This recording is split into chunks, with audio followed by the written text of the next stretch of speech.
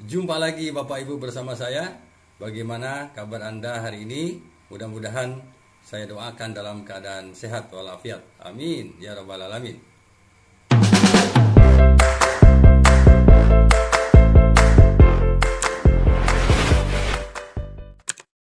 Kali ini saya mohon izin Bapak Ibu untuk berbagi lagi ya. Ini barangkali edisi sekolah penggerak ya, komponen kurikulum operasional di satuan pendidikan.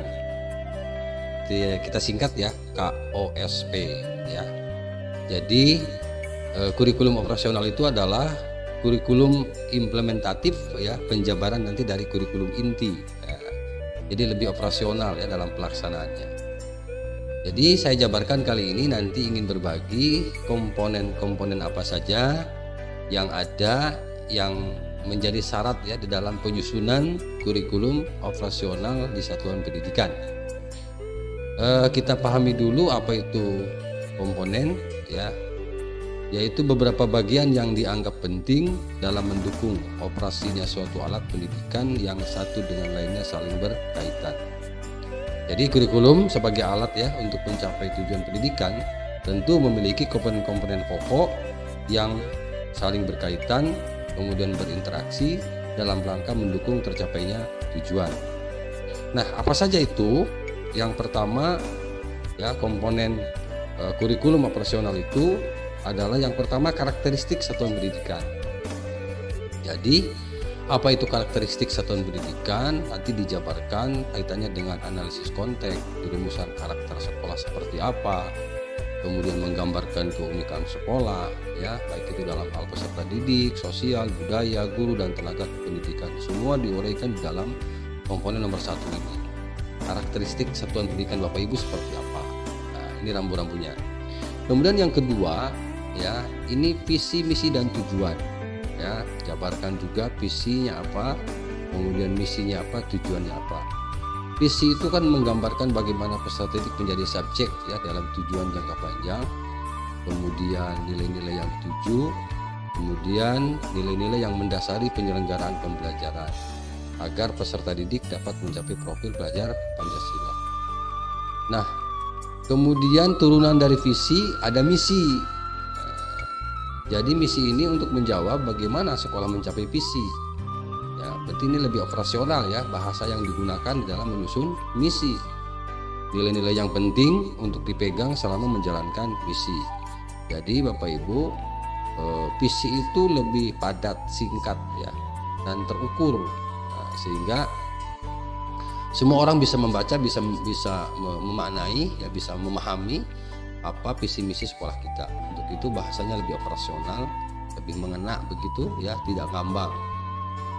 Kemudian tujuan ini adalah tujuan sekolah tentunya, tujuan akhir dari kurikulum sekolah yang berdampak kepada peserta didik, di mana menggambarkan patok-patok atau patok-patok penting ya. Jadi ada ukuran-ukuran mau dibawa kemana ini sekolah, kemudian ukurannya apa ya, kemudian harapannya seperti apa nanti setelah selesai melaksanakan proses pembelajaran di satuan pendidikan, itu dituangkan di dalam tujuan ya, mau dibawa kemana, tujuannya apa, itu ya Bapak Ibu.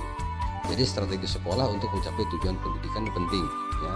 Jadi visi misi tujuan ini sebenarnya adalah langkah-langkah kita ya Bapak Ibu, terutama kepala sekolah dan teman-teman guru di sekolah, langkah-langkah kita, harapan kita, cita-cita kita ketika kita mengabdi di sekolah itu ya, harus tertuang di dalam visi misi dan tujuan yang jelas.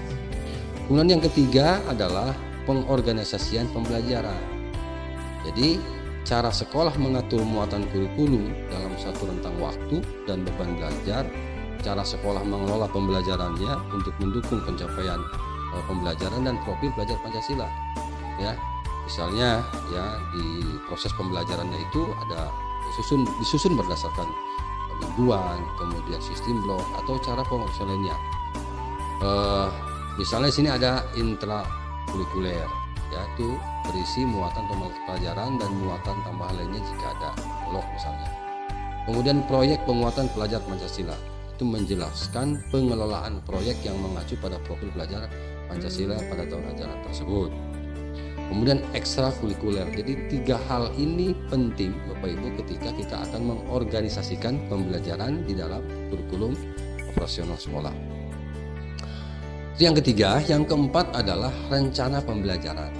Ya, jadi kalau kita dulu mengenal istilah RPP sebenarnya tidak jauh beda ya maknanya ya antara rencana pelaksanaan pembelajaran dengan rencana pembelajaran. Rencana pembelajaran ini untuk ruang lingkup sekolah menggambarkan rencana pembelajaran selama 1 tahun ajaran ya, berisi alur pembelajaran atau unit mapping ya untuk sekolah-sekolah yang sudah menjalankan pembelajaran secara integrasi, kemudian program prioritas satuan pendidikan. Yang kelima ini komponen yang kelima ya di dalam KOSP, pendampingan, evaluasi dan pengembangan profesional ya. Ini kerangka bentuk pendampingan, evaluasi dan pengembangan profesional yang dilakukan untuk meningkatkan kualitas pembelajaran secara berkelanjutan di satuan pendidikan. Pelaksanaan ini dilakukan oleh para pembimbing satuan pendidikan secara internal dan bertahap sesuai dengan kemampuan satuan pendidikan. Penting Bapak Ibu sebagai bahan evaluasi ya, kemudian pendampingan dan pengembangan profesional, pengembangan kompetensi para guru, kepala sekolah dan tenaga kependidikan lainnya gitu Bapak Ibu. Nah ini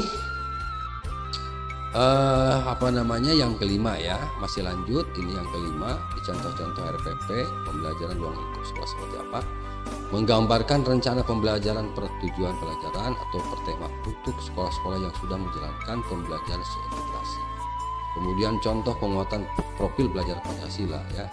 Kemudian referensi landasan hukum atau landasan lain yang kontekstual ya dengan karakter sekolah. Jadi ada lampirannya gitu Bapak Ibu. Nah itu komponen penting ya Bapak Ibu. Kemudian saya balik cashback ke belakang lagi. Nah yang ini yang Bapak Ibu yang karakteristik satuan pendidikan, kemudian visi misi dan tujuan itu bisa ditinjau 4 sampai 5 tahun. Kalau yang ini mestinya ditinjau setahun sekali ya, ketika Bapak Ibu akan merevisi atau membahas penyusunan kembali ya kurikulum itu. Ini ditinjau setiap setahun sekali, idealnya seperti itu Bapak Ibu. Jadi kalau kita simpulkan Bapak Ibu bahwa komponen dalam kurikulum operasional disusun untuk membantu proses berpikir dan mengembangkan satuan pendidikan. Dokumen ini merupakan hasil refleksi semua unsur pendidikan. Jadi ketika Bapak Ibu menyusun kurikulum operasional, mesti dilibatkan seluruh warga sekolah ya. Jadi bagusnya memang selain guru, kepala sekolah juga komite atau perwakilan orang tua dilibatkan semua unsur, termasuk di dinas pendidikan, dalam hal ini mungkin di Korwil ya misalnya, atau di UPT kalau masih ada, atau pengawasnya ya, dilibatkan di dalam penyusunan kurikulum operasional bersama-sama ya untuk sebagai bahan masukan ya ketika akan menyusun kurikulum operasional. Itu saja Bapak Ibu, terima kasih. Semoga apa yang saya sampaikan bermanfaat ya. Sekali lagi terkait dengan komponen operasional, kurikulum operasional di satuan pendidikan. Ini bahan saja ketika Bapak Ibu nanti akan menyusun, karena sebentar lagi tahun ajaran baru akan mulai masuk ya, tahun ajaran 2022-2023. Mudah-mudahan bermanfaat. Terima kasih. Assalamualaikum warahmatullahi wabarakatuh.